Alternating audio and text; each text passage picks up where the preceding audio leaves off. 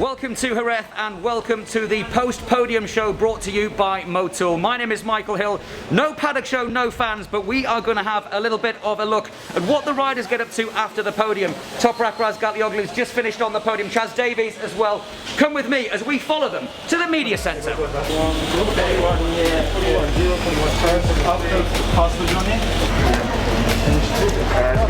thought it was Loris or Van der Maas because I'm sure it's not Toprak.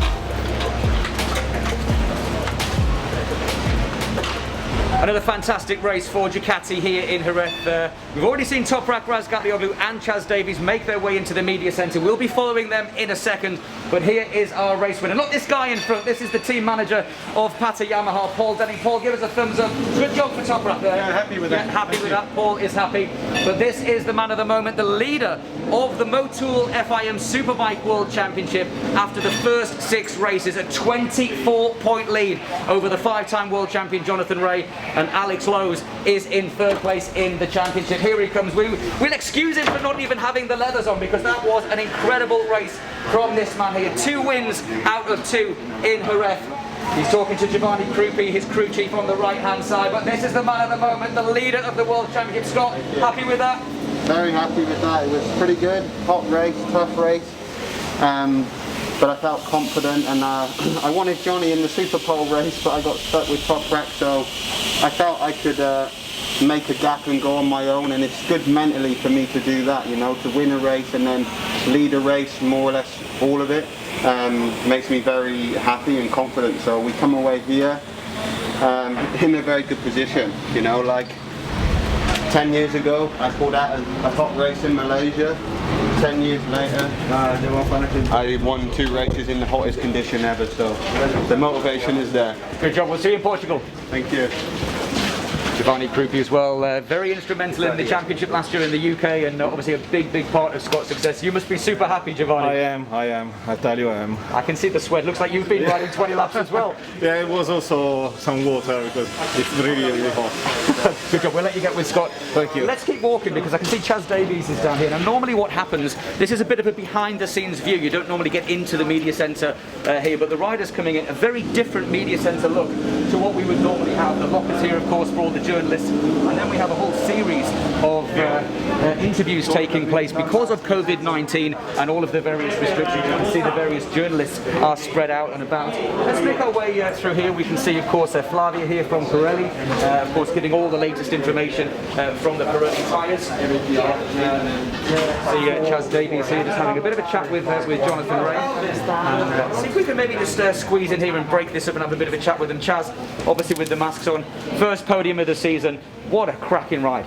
Thanks very much. Yeah, it's good to be back on the box, especially here in Jerez. It was a tough hunting ground for me last year, and I'm glad to put that to bed this year, and it seems like the bike was working really good with Scott getting the double here as well. So yeah, very happy with the way that went. I felt decent on the bike. I feel like there's steps to make, but overall my guys in the Aruba Ducati team did a really good job. They gave me a great package right from FP1 this morning. So yeah, pretty chuffed and tired. That was hot.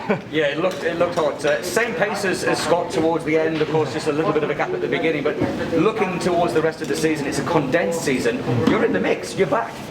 Yeah, that's the thing. It's like at the minute there's a lot of consecutive races, but also not that many races. So you've got to put the results in, but you can't afford a mistake. So if you want to stay in the hunt for the championship, so I'm sort of riding with a little bit of that in mind. I tried to run down Scott today, bit by bit, but to be honest, he set a great pace. I think he was controlling the race, even though I could see he was struggling on the front, sort of in similar places to me, but in the end it was really give or take. I could pull a 10th and he'd get one back, and anyway, enjoyed it. Great for the Aruba Ducati team to score a 1-2 today, so very happy. Cheers, Chaz. Cheers, thank you.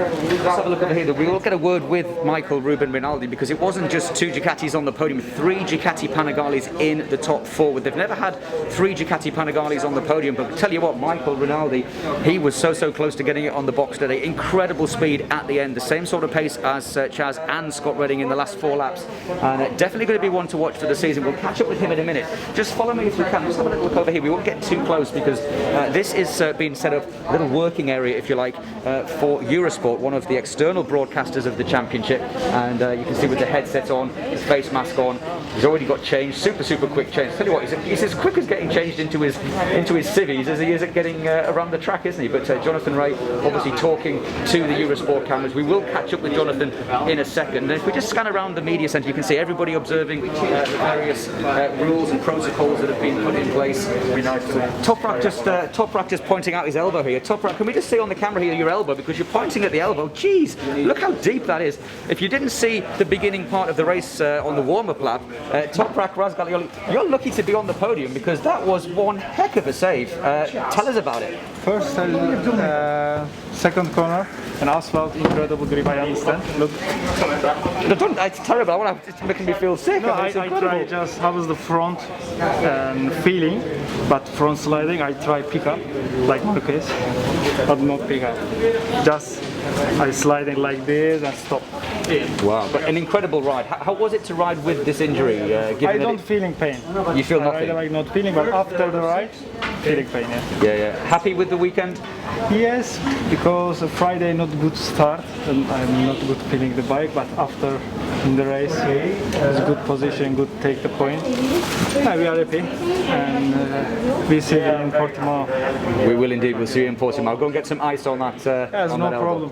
Cheers, Toprak. So, 5-time world champion, the winner of the Super Pole race earlier on, he's just here. Jonathan, I'll tell you what, you're as quick as getting changed as you are at going round the Jerez circuit. A super quick change.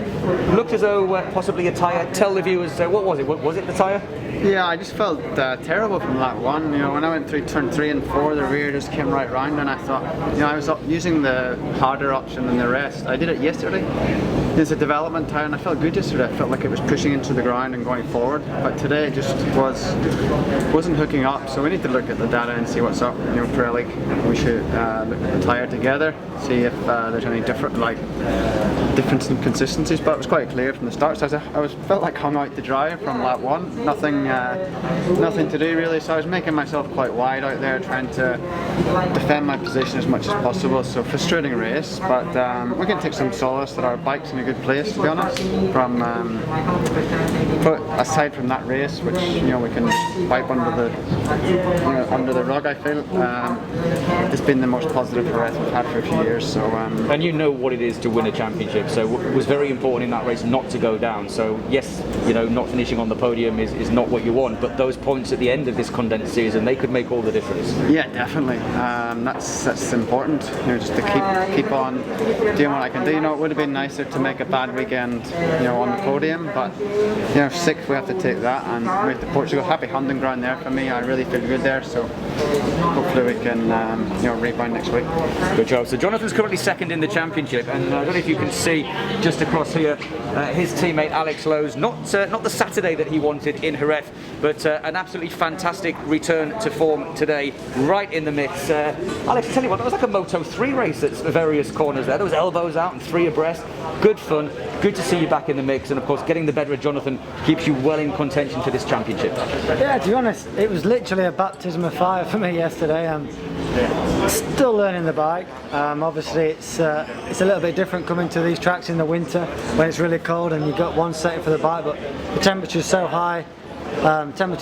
This weekend, I just couldn't ride the bike the same. So in the morning sessions I felt good. In the afternoon sessions, when the temperature came up, I was struggling, but we only had yesterday's race. But from that, we improved for today, and the results got better every race. So yeah, it wasn't the best weekend, but we got some points and move on to Portugal. So we did promise you the top 6 riders. Here is a rider that we have to speak to, okay? He was almost on the podium. He's just having a quick chat to one of the Dorna officials. Let's let him finish what he's doing. You can see the trophies down here for the riders on the podium, the Prosecco dock there as well. And here he is, Michael Ruben Rinaldi. Michael, I know we've spoken a few times over the weekend, and you said you felt good. Big crash on Friday to go fastest on Friday. Incredible pace yesterday, and you were within 2 seconds of your first ever World Superbike podium. Firstly, great job. Thank you very much. How was the race for you? The feeling is so good. When I start in 4 row, the race is compromised, but I push 100% the first lap. I overtake the other riders, and then I start to put my pace on. And when I see Toprak 2 seconds and a half, I push as hard as I can, but he push also because a podium 3 Ducati is a dream for the Ducatisti, but I think in the future we could do that. Do you think you could have caught him, Toprak I'm talking about, because at one point you did get the gap down to 1.9, but the last 3 or 4 laps Toprak responded, or you weren't able to go any quicker? Yeah, he responded, and I see, okay, 40, okay, 2 second point half in 2 laps, too much, so I see Johnny behind 2 seconds and decide to the 4th place is okay. Great, thanks Michael. Well, that of course is our first glimpse behind the podium of the Motul FIM Superbike World Championship. Big thanks to Motul, and as Michael said, as Jonathan said, we'll see you in Portimao.